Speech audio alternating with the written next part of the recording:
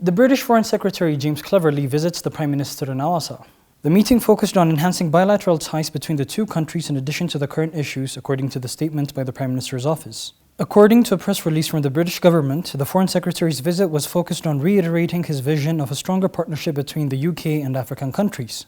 This partnership is to be built on mutual respect and benefits and supporting populations in Africa, the UK, and the rest of the world to be more prosperous, healthier, and greener.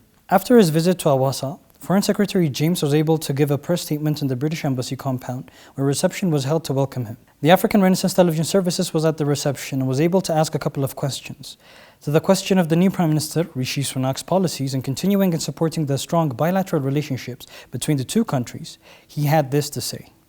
One of the reasons that I have come to East Africa so early in my time as Foreign Secretary is because these are relationships which have been very long-standing, and the UK's commitment will also be long-standing into the future. We recognise that, for example, the impact of climate change hits the people of Ethiopia and the wider region very hard. That's why we want to ensure that working with our international partners and using our expertise and the energy and expertise here in Ethiopia, that we look at ways of developing Ethiopia's agricultural economy and also non-agricultural economy in an environmentally sustainable way. The UK is here for the long term.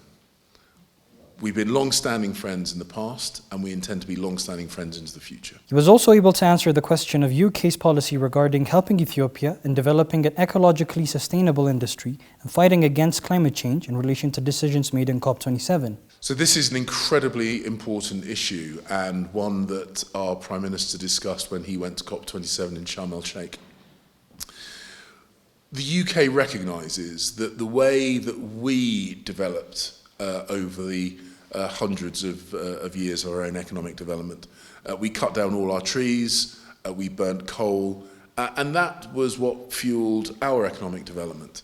But we recognise that the economic development, the mistakes that we made, with the hydrocarbon emissions that we made, are not things that are replicable in the future. Yes, our experience and our money, and also our knowledge and our partnerships around the world to unlock ways for African economies, like here in Ethiopia, to develop, but to develop in a green and ecologically sustainable way, because that will be good for Ethiopia, good for Africa, good for the planet. And I think that is a big part of our responsibility, to find ways of ensuring the world can develop in a green and sustainable way.